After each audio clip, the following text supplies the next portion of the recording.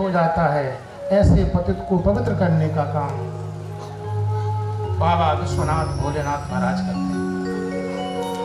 उनको भी शरण देते हैं, उनको भी आश्रय देते हैं और उनकी रक्षा करते हैं। केवल देवराज ने मंदिर में जाकर के भगवान शिव की अमृतमयी कथा का श्रवण किया था। उस कथा के श्रवण करने मात्र से वो मुक्ति को प्राप्त कर चुका और साथ ही कैलाश में भगवान का नित्य सहचर हो गया। अब हम आपको एक दूसरा इतिहास सुनाते हैं। इस इतिहास के श्रवण करने मात्र से आपके जितने भी पाप ताप हैं सब के सब नष्ट हो जाएंगे। नामृतम पिबताम लोके मुक्ति कापि सभाज्यते शंभो कथा सुधापानम प्रत्यक्षम मुक्तिदायकम।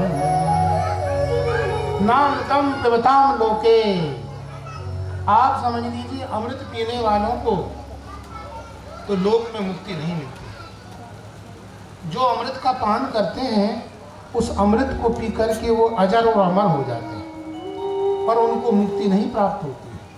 पर जो भगवान शंकर की कथा रूपी सुधा का पान करता है, उस अमृत का पान करता है, तो प्रत्यक्षम मुक्तिदायकम, ये अमृत जो है आपको प्रत्यक्ष मुक्ति देने वाला है।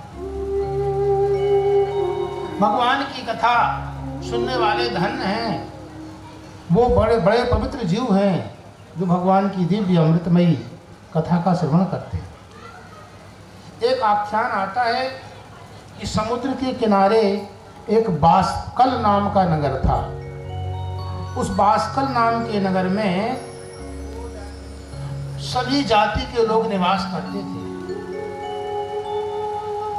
और महाराज समझ लीजिए वहां के लोग पाप परायण थे, दूषित विषय वाले थे और निर्भाग्य भाग्यहीन थे। जिह में वृत्ति अर्थात लोभ लालच करके ठग करके आप समझ लीजिए जीवन का यापन करते थे, घातक थे, शस्त्र लेकर लोगों पर प्रहार करते थे।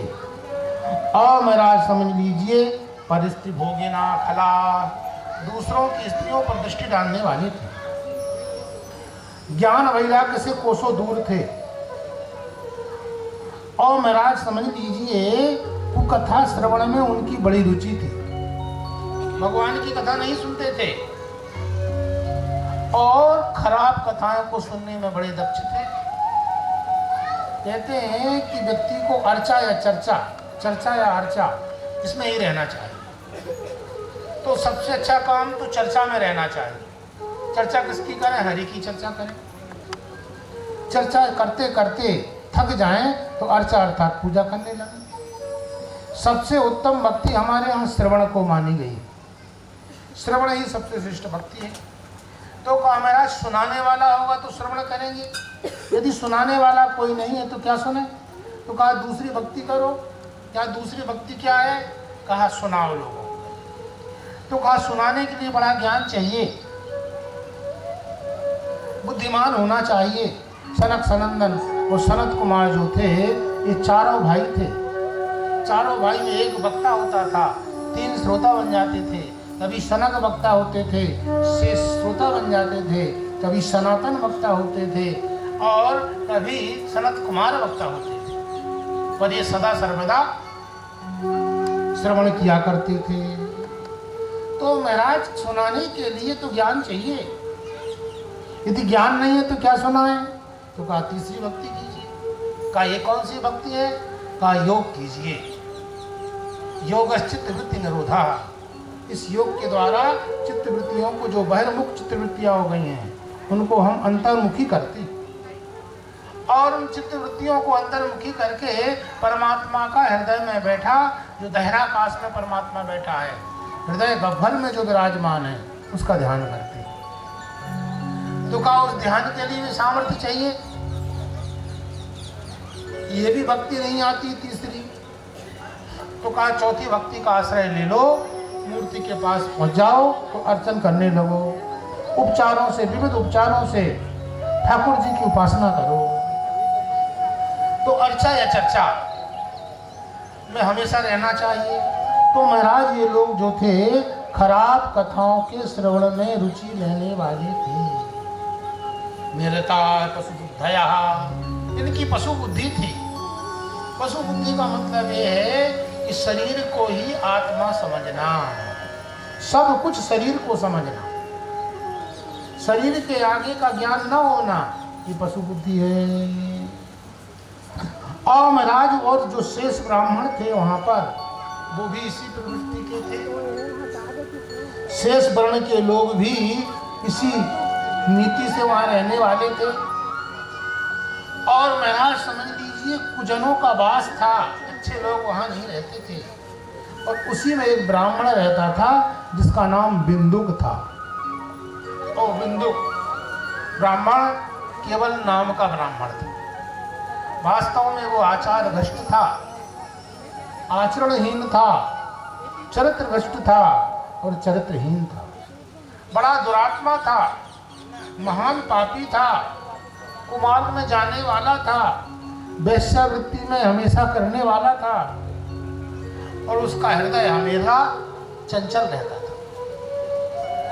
उसकी पत्नी जो थी बड़ी सुंदरी थी और सुभगा थी और महाराज समझ लीजिए शायद हरिमणी थी। वो अपनी पत्नी चंचुला को छोड़ करके वैश्या के साथ रमण करता था। स्वपत्नीं चंचुलां नाम हित्वा नित्यम सुधर्मणी। वो सुधर्मी थी, धर्म पत्नी थी, धर्म का पालन करने वाली थी, उस पत्नी को छोड़ दिया और नित्य प्रति आप समझ लीजिए कुकर्म करता था, वैश्या के सायशर में रहता था। और महाराज समझ लीजिए उसकी पत्नी बड़ी पीड़ित रहती थी, बड़ी दुखी रहती थी। धर्म नाश के वैसे वो क्लेश सहन करती थी, उसको बड़ा कष्ट था। वो अंगना थी, जवान थी और नव यौवना थी और महाराज समझ लीजिए काम उसको पीड़ित करता था। ईश्वर दुख से वह दुखी रहती थी। और महाराज समझ लीजिए ये जो था जारेण संगता रात्रौ रेमी पापेन गुप्ततः, ये जार कर्म करता था और रात रात भर वैश्याओं के यहाँ रहता था, घर में आता नहीं था और महाराज कुमार की ओर चला गया था। और इसकी जो पत्नी थी वो बड़ी दुखी रहती थी। एक दिन की बात है कि काम ने उसको पीड़ित किया। काम बड़ा खराब है भाई, आप समझ लीजिए ये संकल्प से उत्पन्न होने वाला है, इसलिए कहा गया है, भागवत में भी वर्णन आता है। और महाराज समझ लीजिए दीति कहती हैं कश्यप जी से, एस माम त्वत्कृते विद्वन् कामयातो सरासनः दनोति दीनां विक्रम्यो रंभामिव मतंगजः। एस माम त्वत्कृते, काम आत्म सरासना, ये काम धनुष बाण लेकर मेरे पीछे पड़ा है और मेरे चित्त को हिला रहा है। और महाराज समझ लीजिए जैसे कोई मत वाला हाथी केले के खंभे को उखाड़ के फेंक देता है, वैसे ये काम मेरे धीरज को, मेरे प्रेम को, सबको नष्ट कर रहा है। और महाराज समझ लीजिए ये काम से व्याकुल हुई और काम से व्याकुल होकर के किसी पर पुरुष के साथ जार कर्म करने लगी। अब महाराज किसी पर पुरुष के साथ इसके पति ने देख लिया, उसको बड़ी गिलानी हुई और बड़ी प्रताड़ना दी।